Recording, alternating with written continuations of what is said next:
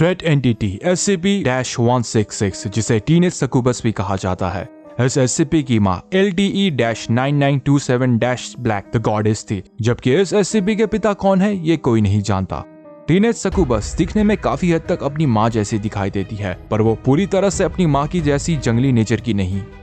Global occult coalition strike team Lancelot ने 9927-ब्लैक को इंग्लैंड में मारा था, जिसे बाद में द इनफेमस कॉर्नवेल इंसिडेंट कहा गया।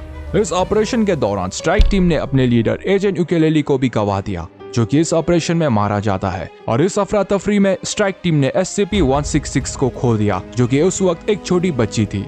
एक GOC का एजेंट ने SCP-166 को मारने से इनकार किया। उस एजेंट ने SCP-166 को एक कैथोलिक कन्वेंट काउंटी गैलवे आयरलैंड पर छोड़ दिया, जहां SCP-166 12 साल की उम्र तक रही। पर जब एक विजिटर ने कॉन्वेंट पर SCP-166 को देखा और अथॉरिटीज को उस विचित्र लड़की के बारे में बताया, तब उस एजेंट ने SCP फाउंडेशन से संपर्क कर कहा कि वो फाउंडेशन से सारी ग्लोबल ऑकल्ट कोएलिशन इंटेलिजेंस को शेयर करेगा, पर इसके बदले उसे SCP-166 की सुरक्षा और सिक्योर कंटेनमेंट चाहिए। कॉन्वेंट के बाई वीकली इंटरव्यू के दौरान जब चैपलिन डेविस SCP-166 से बातचीत कर रहे थे, इस दौरान SCP-166 बताती है कि उसने अपने पेरेंट्स को कभी नहीं जाना, सिंस वो उस वक्त काफी छोटी थी। हेलो एवरीवन, आज की केस फाइल पर हम जानेंगे SCP-166 द टीनेज सकूबस के बारे में। चैनल को सब्सक्राइब करना मत भूलिए।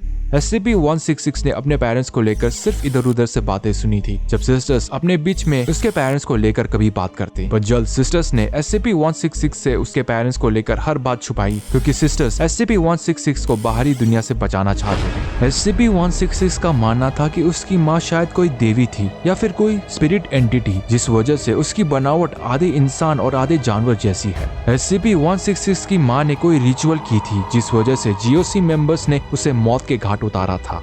इस रिचुअल, जिसे क्लॉकवर्क ब्लैक चाइल्ड हवाइला कहा जाता है, इस रिचुअल के जरिए द गॉडेस 9927-ब्लैक समय को पूरी तरह से बदलकर मानव सभ्यता को टेक्नोलॉजिकल युग से वापस स्टोन एज पर लाना चाहती थी। इस योग्यता, जिसमें कोई भी टेक्नोलॉजिकल आइटम्स या फिर मैनमेड ऑब्जेक्ट्स को पूरी तरह से तोड़कर वापस उसे ओरिजिनल नेचुरल ऑर्गेनिक मैटर पर बदलना, द गॉडेस 9927-ब्लैक और उसकी बेटी SCP-166 की खासियत है। और इसी वजह से ग्लोबल ऑकल्ट कोएलिशन ने 9927-ब्लैक को मार दिया था, और SCP-166 को नजर आते ही मारने का ऑर्डर्स भी GOC के लीडर्स ने दिया था। जब SCP-166 सिस्टर से अपने पिता के बारे में पूछती, तब सिस्टर्स उसे कुछ नहीं बताते। SCP-166 के जहन पर अपने पिता को लेकर कई सारे सवाल उठने लगे थे, जैसे कि उसके पिता ने उसे बचपन में क्यों छोड़ दिया और वो उसे मिलने कभी क्यों नहीं आया। SCP-166 को लगने लगा कि अगर उसकी माँ इतनी भयानक थी तो आखिर उसके पिता कैसे हो सकते हैं। इंटरव्यू लॉग से पता चलता है कि जिस एजेंट ने SCP-166 को फाउंडेशन की कस्टडी पर कंटेन करने का समझौता किया था, उसका नाम एजेंट ऑल्टो क्लेफ है। एक इंटरव्यू के दौरान एजेंट क्लेफ काफी गुस्सा हो जाता है जब उसने SCP-166 के कंटेनमेंट और उसकी परिस्थितियों को देखा। फाउंडेशन के ऑर्डर्स के बावजूद भी एजेंट क्लेफ ने SCP-166 के कंटेनमेंट चेंबर पर एक फोन का इंतजाम करवाया, ताकि SCP-166 का चैपलिन डेविस के साथ बातचीत करना ना रुके। ऐसा लगता है कि एजेंट क्लेफ SCP-166 की काफी चिंता करता है और अपने आप को SCP-166 के फाउंडेशन के कस्टडी पर होने का दोषी भी मानता है। SCP foundation member doctor light agent Clef को समझाती है कि SCP-166 की भलाई यही है कि वो कंटेनमेंट पर रहे, क्योंकि बाहर उसकी जान को खतरा है। पर एजेंट क्लेफ का मानना है कि SCP-166 दूसरों या फिर अपने लिए कोई खतरा नहीं, और उसे किसी टीनेजर की तरह अपनी जिंदगी को जीना चाहिए, ना कि किसी कैदी की तरह पूरी जिंदगी को चार दीवारी के अंदर गुजारना चाहिए। कुछ समय बाद एजेंट ऑल्टो की भी मौत हो गई। फाउंडेशन ने इस बात का पता लगाने की कोशिश की, पर एजेंट की मौत का कारण एक रहस्य रह गया और उसके टूमस्टोन पर जोनाथन सीली नाम को दुआया गया। एजेंट ऑल्टो एक टॉप क्लास एजेंट था, जिसने कई सारी खतरनाक केसेस पर काम किया था, पर कुछ लोगों का मानना था कि एजेंट ऑल्टो अपने करियर के आखिरी दौर पर परेशान सा रहने लगा था, और उसने फाउंडेशन से डेस्क जॉब या फिर हो सके तो डिसमिसल का भी रिक्वेस्ट किया था, पर उसके सुपीरियर डॉक्टर लाइट ने उसके रिक्वेस्ट को खारिज कर दिया। एजेंट ऑल्टो को उसके जवानी के दिनों पर सारे कलीग्स उसे एक अलग मिजाज का आदमी समझते थे, जो एक बेहतरीन फील्ड एजेंट तो था ही, पर साथ ही साथ लड़कीबाज भी था। कुछ समय बाद इस बात की पुष्टि की गई कि एजेंट ऑल्टो की मौत दरअसल एक कार क्रैश में हुई थी, जब ऑल्टो अपनी बेटी को बैले प्रैक्टिस के लिए ले जाने वाला था। एजेंट ऑल्टो के मरने के बाद एक नोट को SCP-166 के कंटेनमेंट पर पाया गया, जिसमें ये लिखा था, मैंने तुम्हारी माँ से पहली बार तब मुलाकात की थी जब हम बाल्यकाल से अभी किशोरावस्था की ओर बढ़ रहे थे। तुम्हारी माँ के पैरों के बदले हिरन के खुर थे, जिसकी आंखों में हमेशा ही एक चमक रहती। तुम्हारी माँ की जैसी खूबसूरत लड़की मैंने कभी भी कहीं नहीं देखी, जिसकी प्राकृतिक सौंदर्य का मुकाबला कोई भी नहीं कर सकता था।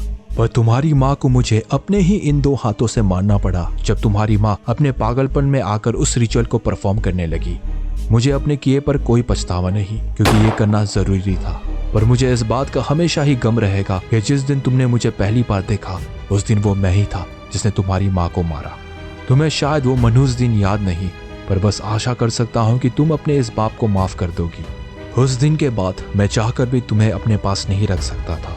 तुम मुझसे जितना दूर रहती तुम्हारे लिए उतना ही अच्छा होता। मैंने तुम्हें कन्वेंट पर सिस्टर्स के यहाँ छोड़ा और मैं ये कह सकता हूँ कि उन्होंने तुम्हें अपनी बेटी ही जितना प्यार दिया।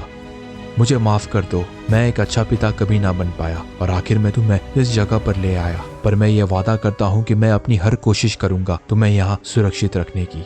16वें साल की जन्मदिन की बधाई, तुम्हारा पिता। SCP-166 एक यूरोपियन एथनिसिटी वाली टीनेज लड़की है जिसकी इंसानी रूप के साथ साथ कुछ जानवरों जैसे फीचर्स भी है, जैसे कि सिर पर हिरन के जैसे सिंग, पैरों के बदले खुर और पीछे ये पूंछ। SCP-166 के 15 मीटर रेडियस के दायरे के अंदर हर आर्टिफिशियल ऑब्जेक्ट सड़ने लग जाती है। इलेक्ट्रॉनिक ऑब्जेक्ट्स और व्हीकल्स पर इसका असर जल्द होता है और ये काम करना बंद कर देती है, जहां पर उन चीजों की मेटेलिक स्ट्रक्चर्स कुछ घंटों के अंदर ही पूरी तरह से टूटने लग जाती है। पुरानी चीजें जैसे कि पत्थर की बनी चीजें या फिर कोई भी ऑर्गेनिक मटेरियल्स पर इसका असर आहिस्ते से होता है। इस 15 मीटर के रेडियस के दायरे पर पेड़ पौधे अचानक से उगने लग जाती है और ये कहीं भी उग सकती है, जैसे कि सिक्योरिटी कैमरास और आईडी स्कैनर्स पर भी। SCP-166 आर्टिफिशियल मटेरियल्स और प्रदूषण से काफी सेंसिटिव है और इन सब से उसके स्वास्थ्य पर काफी बुरा असर पड़ता है, जैसे कि अल्सर्स और अस्थमा जैसी परेशानियां। यहाँ तक कि अगर वो किसी स्मोकिंग कर रहे इंसान के पास भी आ जाती है तो उसका सांस लेना भी मुश्किल हो जाता है और उसे अस्थमा के अटैक्स आने लग जाती है। इसीलिए फाउंडेशन मेंबर्स को SCP-166 के सामने स्मोकिंग करने से बिल्कुल मनाही है। SCP-166 की कहानी सचमुच काफी दुखद है। मैंने ये सोचा भी नहीं था कि जिस आदमी ने उसे बचाया था वही इसकी माँ का कातिल निकलेगा और वही आदमी बाद में SCP-166 का पिता भी होगा। और ये आदमी और कोई नहीं बल्कि ऑर्गेनाइजेशन का ही एजेंट ऑल्टोक्लेव था।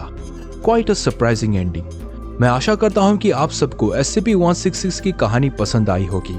हालांकि SCP-166 की कहानी को हाल ही में बदला गया था, पर मोरलेस इस SCP के ओरिजिन स्टोरी पर इसका ज्यादा असर नहीं पड़ा। तो इसी के साथ खत्म करते हैं आज की इस केस फाइल स्टडी को। मैं हूँ प्रोफेसर लूशियस और मिलते हैं अगली केस फाइल स्टडी पर। Good night and take care.